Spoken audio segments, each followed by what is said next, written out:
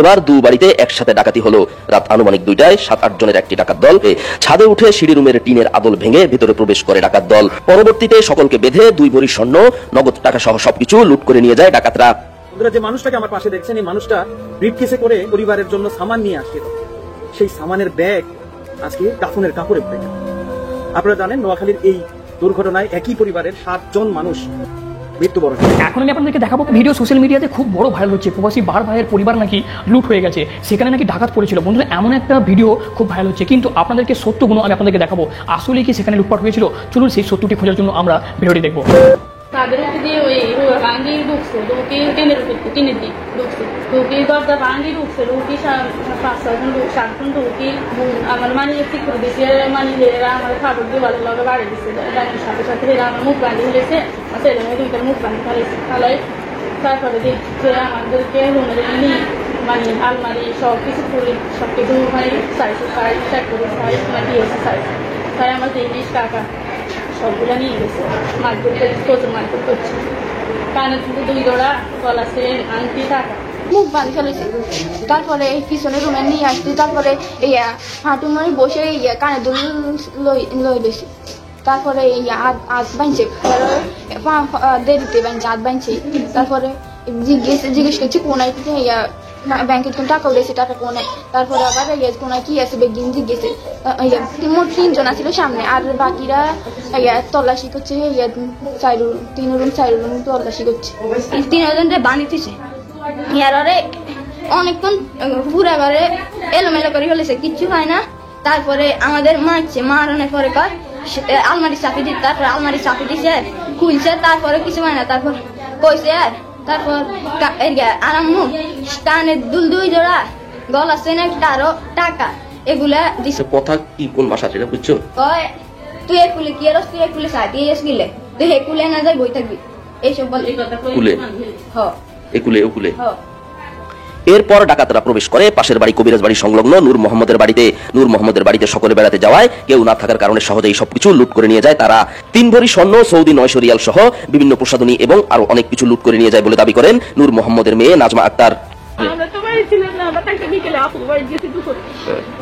তালা ভাঙি করে ঢুকছে, সব দশ মানুষ ওই রুমে আছে। আমার বিদেশি টাকা ছিল, কত টাকা ছিল 500 টাকা নোটা ছিল, 100 টাকা নোট করে ছিল, এটা ছিল। আর আমার জিনিসটা ছিল 3 ভরি স্বর্ণ ছিল। 3 ভরি স্বর্ণ, হ্যাঁ, নেকলেস একটা আর আংটি একটা ছিল। এখানে আমার রুমে বিদেশি জিনিসপত্র আছে, অনেক কিছু ছিল। লোশন, কি, তারপরে শ্যাম্পু, তারপরে সেন্টের বোতল 4-5টা ছিল। আবার ওদের ফুল কাটিনে মেশিনে ছিল, অনেক কিছু। আমি প্রথমে বাইরে আমার বাচ্চারা উঠতে দেখছি তো দরজা খোলা। তো আমি আমার স্বামীরে উঠেছি। পাশের বাড়িতে ওই ছেলেদেরকে ডাকিয়ে আনছি। আনার পরে আসি আমরা দেখি পিসকার দেখছি, বাইরে এইটা দেখছি আমি। পরে সবাই আইসে, আমি আর দেখিনি।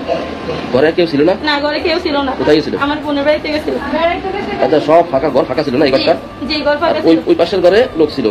হ্যাঁ, ওই পাশে লোক ছিল। ওরা ওকে করার পরে এখানে আসছে নাকি এখান থেকে ওইখানে গেছে? কি জানে, দোকান বেলা একসাথে ঢুকছে। 3টে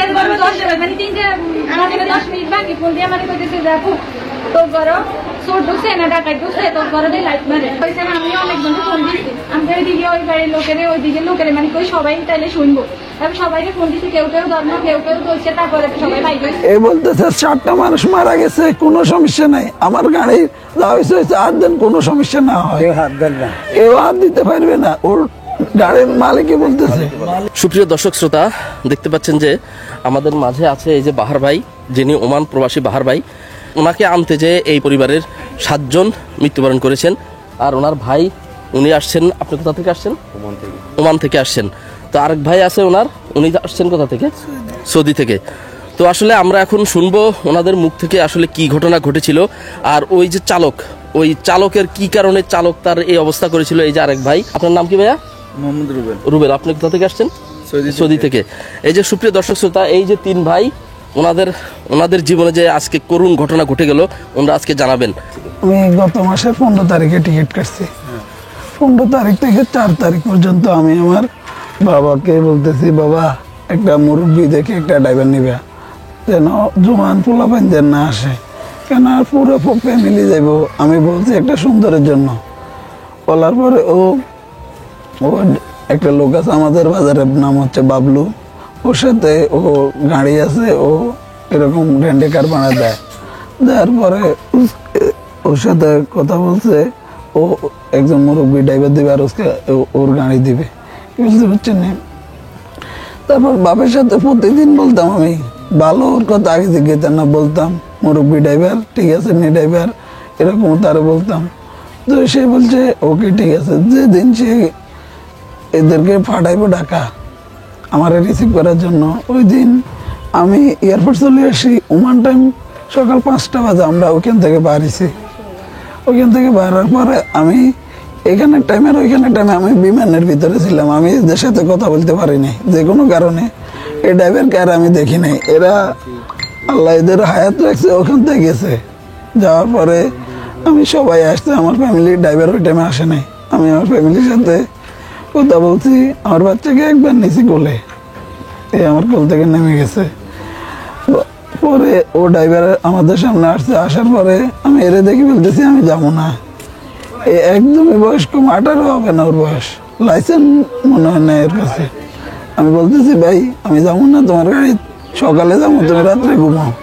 ও বলতেছে সমস্যা নেই ভাই, আমি আস্তে আস্তে যাবো। আমি এর বলতেছি না আমি যাবো না, আমার দেখে মনে অনেক ভয় লাগতেছে।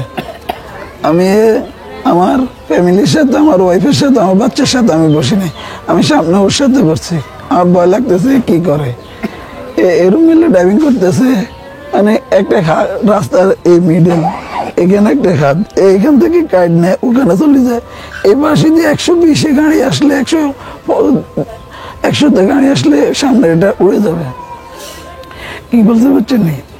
তারপর আমি এরে মানে বলতাম 80, 90, 70, 50-এ উঠলে আমি এরে বলতাম বিদেশে আমরা দেখছি বেশি স্পিরিট উঠলে মামলা দিয়ে দেয়, অটোমেটিক মামলা। আমি বলছি এরে, বলার পরেও আমি যতক্ষণ ওইখানে ছিলাম আস্তে ধীরে চলাইছে। আমার থেকে খারাপ লাগতেছে। আমি গাড়ি রাস্তার মধ্যে দাঁড় করায় আমার বাবা আর আমার শ্বশুরে সামনে, বলতেছি সামনে বসেন, আমি এদের কাছে বসবো। আমি এদের কাছে আসি, বসছি। বসার পরে এদেরকে সামনে দিছি। সামনে দেওয়ার পরে এর গাড়ির স্পিরিট 190, 80, রোডের কন্ডিশন একদমই ভালো না। তারপরে আমার রুমমেট একজন আমার সাথে আসবে, ও আমরা ঢুকবো লাকসাম দিয়ে। রুমমেট বলতেছে আমি কুমিল্লা মহিফালে নামবো। তারপর ওর সাথে ড্রাইভারের সাথে এরকম কথা হয়েছে, মহিফাল দিয়ে আসবে, কন্ট্যাক্ট হয়েছে, এরে পয়সা আমরা বাড়াই দিছি, এরকম কন্ট্যাক্ট হয়েছে। মহিফাল আসার 10-15 মিনিট আগে সে একটা ট্রাকের সাথে এরম মিলে গেছে। যদি ট্রাক ড্রাইভার রাস্তার পাশে না নামতো, আমরা ওই জায়গাতে, আমরা এখন তো 5 জন জীবিত আছে, ওই জায়গাতে 13 জন লাশ। আমাদের আড্ডিও খুঁজে পেত না। কি এত বড় এক ট্রাকের সাথে ওর গাড়ির লগে মিলালে, ওর গাড়ি একটা পিঁপড়া। ও ওই জায়গায় সাথে সাথে দাঁড় করাই, ওই জায়গাতে মহিফালের মধ্যে একটা ইয়ে আছে, তেল পাম্প আছে, ওই জায়গাতে দাঁড় করাই। আমার শ্বশুর ওরা বলতেছে 2 ঘন্টা তুমি এই জায়গায় ঘুমাও, আমরা এই জায়গাতে ঘুরতেছি। আমি এরা বলছি দেখো ভাই আমি এয়ারপোর্ট যাইতেছি না, আমার প্লেন মিস হয়ে যাবো, আমি দেশে যাইতেছি, 6 মাস ছুটি আছে আমার হাতে, আস্তে আস্তে যাও, 2 ঘন্টা ঘুমো, আমরা এনো ব্যাকে কথাবার্তা কই, ঠান্ডা পানি খাই, চাটা খাই সবাই। 10 মিনিট গাড়ির ভিতরে একটা গামছা মাথায় দিছে। মাথায় দেওয়ার পরে এখান থেকে উঠি, 5-6 মিনিট বাইরে ছিল। বাইরে থেকে আসি, গাড়িতে বসে আমার আব্বারা বলতেছে উঠেন উঠেন। তারপর আব্বা বলতেছে উঠেন। আমি তার বলতেছি আপনার কাছে 2 ঘন্টা ঘুমাইতেন না ভাই, উঠেন সমস্যা না, আস্তে আস্তে চলে যাবো। আমি চোখে দিয়ে যাইছি, চোখ একদম লাল হয়েছে। এটা বলতেছি কাড়া ভাই। আমি সাথে সাথে গাড়িতে নামি, এর একটা বলতেছি চা খাবি না কফি নিয়ে দিছি, পানি নিয়ে দিছি। বলতেছি পানি দিয়ে মুখ দো, সুন্দর করে মুখ দিয়ে রেস্ট। এই পানি রাখি দি, চা এক হাতে রাখি, গাড়ি এক হাতে স্টার্ট দিই, এই গাড়ি চালায়। এটা বলতেছে আস্তে আস্তে যা। ও রোড যে টাইমে যাইতেছে ওই রোড ভালো না, অল্প একটু 5-6 মিনিট গিয়ে রোড ভালো, রোড বসুকপুর দিয়ে উঠতেছে। এখান থেকে উঠতেছে, আস্তে আস্তে গেছে, যাওয়ার পরে বসুপুর থেকে চৌমনি চৌরাস্তা রোড, এটা একটা ফিপ্রানের রাস্তার উপরে এত স্পিরিট 120 ও গাড়ি টানতেছে। ও চৌমনির পাশে বাংলা বাজার পার হয়েছে, আর আমার আব্বা বলতেছে তুই ঘুমাইতেছ, একটু দাঁড়া, ফজরের আজান শেষ হয়েছে, আমরা নামাজ পড়ে লই, মসজিদের কাছে দাঁড়া, তুইও কতক্ষণ রেস্ট কর, আমি এনে যায়, তার 10-15-20 মিনিট লাগবে, আধা ঘন্টা লাগবে। এ বলতেছে না, একসাথে হাজির বাজার বের করলে ওই জায়গাতে আমি চাটা খাবো, আপনারা নামাজ পড়বেন, হাজির বাজার তার 10 মিনিট, এর 10 মিনিটের ভিতরে সব শেষ। আমরা সবাই গাড়ির ভিতরে, গাড়ি এই রাস্তা থেকে শীত এভাবে গেছে, সামনে একটা গাছ ছিল, ওই গাছ বাড়ে মারে নাই, ও গাড়ি বাঁচাইছে, গাছ থেকে আরো নামছে, আরো সামনে একটা ফিলার ছিল, ও ফিলার থেকে আরো নামার সাথে সাথে গাড়ি পুকুরে, ও ফিলারে লাগাই দিত, একজন মানুষ মরতো, বা কারো হাত যেত, কারো পা যেত, মানুষ থাকতো, এরকম 7 জন মানুষ মরতো না। তারপরে পুকুরে ও খালে নামাই দেওয়ার সাথে সাথে নৌকার মতন এরকম গাড়ি, 1 ফুটা গাড়ির ভিতরে পানি যাচ্ছে না। আমার আব্বা আমার শ্বশুর গ্লাস এটা যতটুকু ছিল এটা দিয়ে বাইরে গেছে, বাইরে যাওয়ার পরে এরা বলতেছে গাড়ির লক্ষণ লক্ষণ লক্ষণ, এই গাড়ির লক্ষণ, আমি এর ভিতর থেকে আমি এদের সবাই ধরে রেখছি, এদের সবাই ধরার পরে বলতেছি গাড়ির চাবি দিয়ে, লোক যদি কাজ না করে চাবি এদের হাতে দেয়, এরা খুলি দেখ।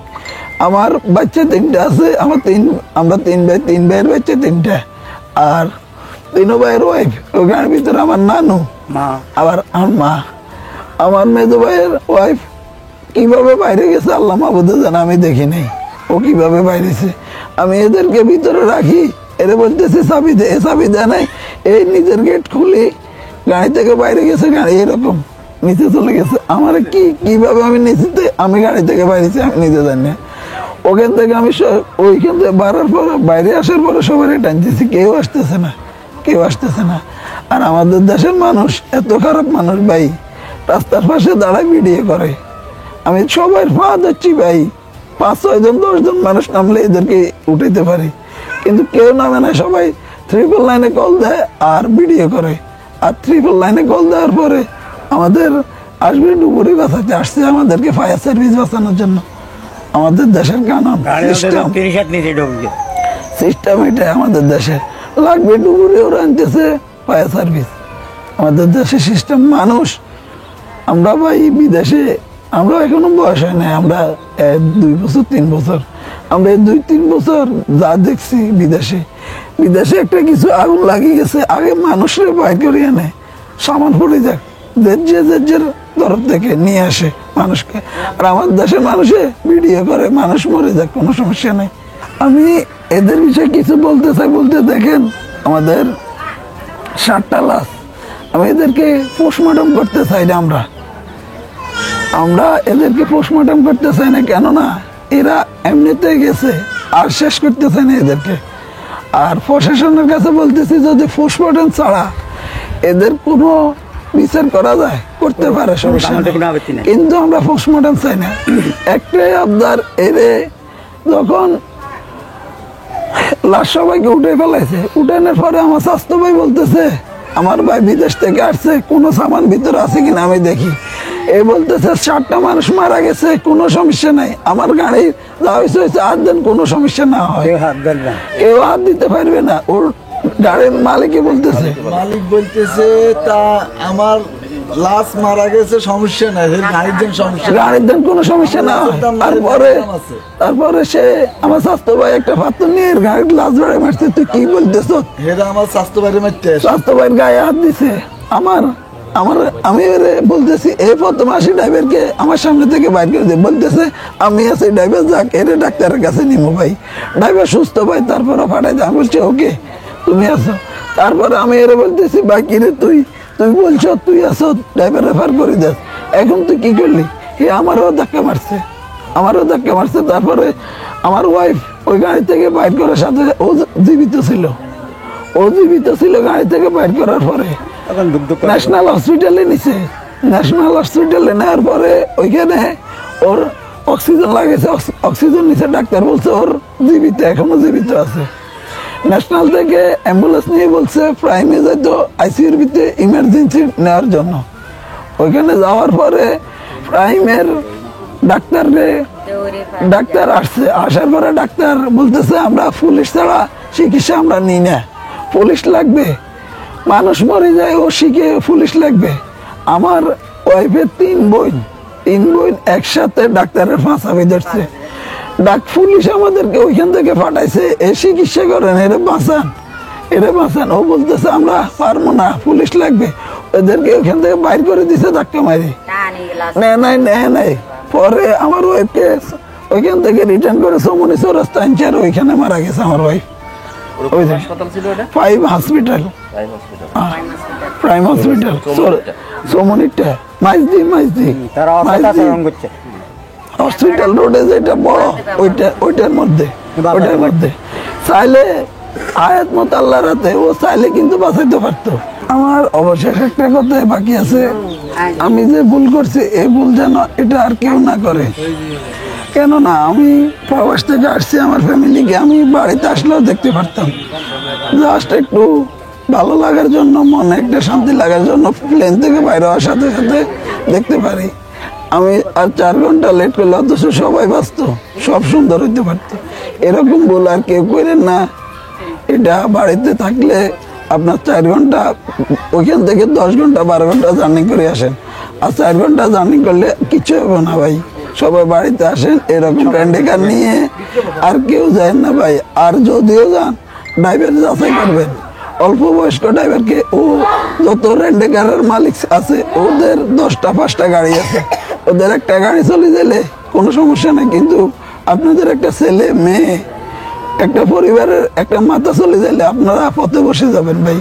এই ভুল আর কেউ করেন না, দ্বিতীয়বার আমি করছি, সবার কাছে অনুরোধ এটা বললাম। সুপ্রিয় দর্শক শ্রোতা, ওনাদের কথাগুলো শুনলেন। আসলে ওনাদের যে কষ্ট, এই কষ্ট আসলে ওনাদেরকে মানে সান্ত্বনা দেওয়ার মতো কোনো ভাষা নাই আমাদের। তো আমরা সবাই ওনাদের জন্য দোয়া করব, আর আমরা একটাই বলতে পারি যে আল্লাহ পাক যেন ওনাদেরকে ধৈর্য ধারণ করার তৌফিক দান করুক, এই স্বজন হারার ব্যথা যেন ওনারা সহ্য করতে পারেন। আর আল্লাহ সুবহানাহু ওয়া তাআলার কাছে আমরা এই দোয়া করি, এবং আপনারাও এই দোয়া করবেন যে ওনারা এবং ওনাদের পরিবারের যারা মৃত্যুবরণ করেছেন এই নিদারুণ কষ্ট নিয়ে, তাদেরকে যেন আল্লাহ তাআলা জান্নাতের উচ্চ মর্যাদা দান করেন, সেই দোয়া যেন আপনারা এবং আমরা সবাই যেন ওনাদের প্রতি করি। তো এখান থেকে আমি বাহার ভাইদের বাড়ি থেকে আমি বিদায় নিচ্ছি। গাড়ি ডুবে না, গাড়ি নৌকার মতো বাইকেছে, ইগারে করতেছি লক্ষ লেগে গেলাস পুলি টক্কা দিয়ে ভাড়া গেছি, ইগার গাড়ি না ওর উড়া এরা আমি ঘুরি করতেছি ভাই, তুই লক্ষ গাড়ির ভিতরে লক্ষ, আমি গাড়ির দরজা খুলি দিলে ব্যাগে চাতার গাড়ি তো লিয়ে গাড়ির দাম নামে যায়, ইগে আসতে ইগার জানালা খুলি গে টক্কা দিয়ে ভাড়া গেছে, লক গাড়ি দিতে ব্যাগে মাথায় আবার আরব বারোই গাড়িটার সাইডের দিকে টানতেছে, গাড়ি ঢুকতেছে না, গাড়িটা সাইডের দিয়ে বেগুনের ভিতরে ধরে রাখছি, বেগুনের ভিতরে ধরে রাখছি, বার করতে পারি না, কিছু করতে পারি না, আমি আইসে ঘুমে নিয়ে তো তুমি আর কোলে নিয়ে। শুরু থেকে ওই যে আমরা যে কালকে আমার ওই জামাই আর কি বাহার আসছে, তো আমরা এখান থেকে গেছি, বাহারের মা গেছে, মার নানি আছে, উনি মুরগি এয়ারপোর্টে যাইবো, এরা গেছে, আমার নাতি সহকারে, এরা বাচ্চা 3টা, বউ 3টা, আর এরা মুরগি আর ভ্যান গেছে, এবং কি আর এর মা গেছে, আর আমি গেছি, আমার ব্যয় গেছে। যাইতে যাক যেভাবে গেছি, রাত্রে 12টা বাজে আমরা ঢাকায় পৌঁছে গেছি এয়ারপোর্টে। পৌঁছার পরেতে বাহার আসে, আর আমরা গাড়িতে উঠে বাহারে আবার যেভাবে আসার কথা এইভাবে আসছি। আর হঠাৎ আসতে আমি দেখলাম যে ড্রাইভার আমার সুবিধা লাগে না, গাড়ি চালাইতে পারতেছে না, এতে ঘুম টুমে মানে অস্থিরতা দেখায়। পরে আমি বলছি যে এতে আমি সামনে বসাতে, আমি বলছি মনে তুমি এক কাজ করো, তুমি গাড়ির সাইড করি, তুমি একটু রেস্ট করো, আমরা দরকার হলে 1 ঘন্টা 2 ঘন্টা পরে যাবো। আমার ওই জামাই বাহারের লগে ওমান থেকে লোক আরেকটা আসছে, এরা আরেক বন্ধু আর কি, 2 বন্ধু একসাথে আসছে। তো হে বলছে যে আমরা তো এইদিকে লাকসাম দিয়ে ঢুকবো, হে বলে যে হের বাড়ি হলো ফেনীতে, তো এই যে গাড়ি ফেনী দিয়ে যাইব, হিমিয়া নামি যাবে সেখানে, আর আমরা ফেনী বাড়িতে আম। এখন এই গাড়ি যে চালায় দেখে লাজান কি গাড়ি চালাইতে চাইলে আর গাড়ি আইয়েছে, গাড়ি দেওয়া বাড়ি দেয়। তখন আমি এখানে কইলাম যে শুন, তুই বাবুরে গাড়ি চালাতে যে অবস্থা, গাড়ি আয়াম 12 বছর গাড়ির লাইনে আসিলাম, এই অবস্থা গাড়ি চালাইতে পারে না। ইগা ওই এক হাতে গাড়ির ডান্ডা ধরে রাখে, আর আরেক হাতে স্টার্টিং ধরি, এই মতন ইয়ে ঘুরায়। হয়তো আমি বললাম তুই এক কাজ কর, তুই এই লোকের এখানে নামা, হেমিয়ার রোডের লোক বাড়ি, এখানে নামাই, আমরা এখানে রেস্ট করবো, আমরা সকাল হলে আমরা 1-2 ঘন্টা পরে যাবো, তুই একটু সিটেগুলো মনে অটো সিস্টেম এত উঠে যেতে পারে সিটেগুলো। আমি বললাম যে তুই সিটে ভর্তি ঘুম যা, আমরা বাইরে বসি, আমরা চাটা খাই, এরপরে আমরা 1-1.5 ঘন্টা হরে যাবো, তুমি এইভাবে গাড়ি চালাই না, গাড়ি তুই চালাইতে ইচ্ছা না।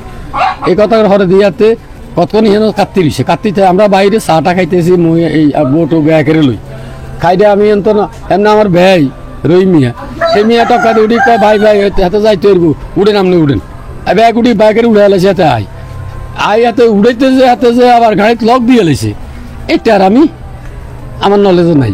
তা আমি সামনে বসি, সামনে বই আমি তারা কই যখন তুই যে গাড়ি চালাইতে হইলে তুই একটা কাজ কর, তুই বোর কাছে ফোন দে, না তোর বন্ধু বান্ধবের কাছে ফোন দে, তুই কথা থাকলে তুই গাড়িটা চালাতে পারবি না, তো তোর যে অবস্থা তোর চোখ বন্ধ এই কথা কইছি। আর অসুবিধা নাই, এই কথা কই হাতে গাড়িটা নিয়ে আসে, গাড়িটা নিয়ে হাতে একবার এই রাস্তার এই ফাঁসা যায়, আবার ইয়েও যায়, যাই হোক কোনো রোড ক্লিয়ার ছিল তখন, ভোর রাত্রে তো রোড ক্লিয়ার ছিল, টানিয়ে আসে, টানিয়ে আইতে চন্দ্রগঞ্জ হুকবাজার আয়, জন গাড়ি বামে তো না এখন ডাইরের দিকে এইভাবে যায়, এইভাবে যে আন্দোলন চেরা আগলে রে তুই গাড়ি ব্রেক কর, হেতার কোনো শব্দ নাই, এই ব্রেক কর দিছি, ধাক্কা দিছি, আর গাড়ির ডাইন চাকা এখন চলে গেছে রাস্তার বাহারে যায় গাড়ি কাইতে হয়, এরে হেতি ও বাবারে কই হাতে একসি কদি হেতার চাবি কি আছে না আছে এটা জানি না, হেতে ডাইনে দি গাড়ি যে কাটছে সেই গেটে হাতে ডাইন সাইডে দি হেতা হানি থুড়ি হাতে খালের বাজারে চলে গেছে।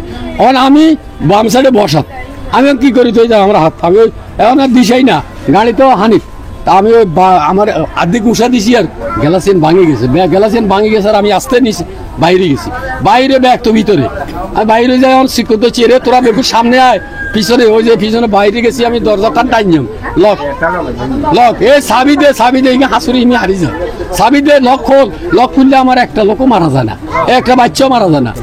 এখন আমি বলে টাইমটা পারি না, তো হরে থাকরে পিছন তো ব্যাগ পিছনে, আমি তোরা দৌড়ি সামনে আয় তোরা যদি বাইরে তুই আর আমার ব্যাগ বাইরে ভাইটা ব্যাগ আমার লাগে আসিল, ব্যাগ বাইরে আসি কিসে দি বাহার বাইরে আসি, আমার ছেলে একটা আসছিল ওইটা বাইরে আসি, আইনের পরে দি এখন গাড়ি ওই নৌকার মতো যাইতে আছে সময়, আমি বাইরে তা টানি আরি কাছার দিকে টানি নৌকার মতো, এইটা গাড়িকে আমি টানি আনতে পারি, গাড়ি যেমন আপনাকে বড়